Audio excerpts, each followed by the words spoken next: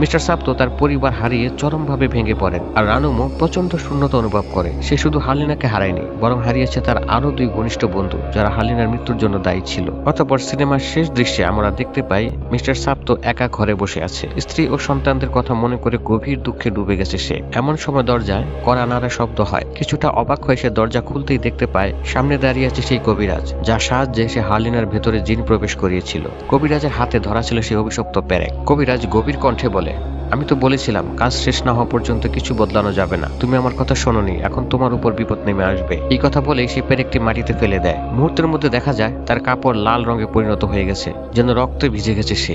Mister সাপ্তো চোখ তুলে তাকাতেই ভয়ে আতঙ্কে জমে যায়। কবিরাজের জায়গায় এখন সে দাঁড়িয়ে আছে সেই ভয়ানক জিন, যে এতদিন হালিনার দেহে বন্দী ছিল। ফিরে এসেছে হালিনার রূপ নিয়ে। জিনটি এবার গভীর ভয়ঙ্কর কণ্ঠে মিস্টার সাপ্তোর দিকে তাকিয়ে সালাম দেয়।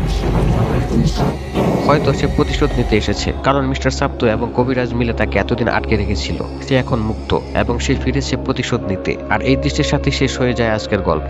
বন্ধুরা, এই মুভির কাহিনী আমার তো দারুণ লেগেছে। আপনাদের কেমন লেগেছে? যদি ভালো লেগে থাকে তাহলে একটি লাইক ও কমেন্ট করে জানাবেন। আর যদি এখনো আমার চ্যানেলটি সাবস্ক্রাইব করে না থাকেন, তাহলে হরর মুভির আরো দুর্দান্ত কন্টেন্ট পেতে চাইলে চ্যানেলটি এক্ষুনি সাবস্ক্রাইব করে নিন।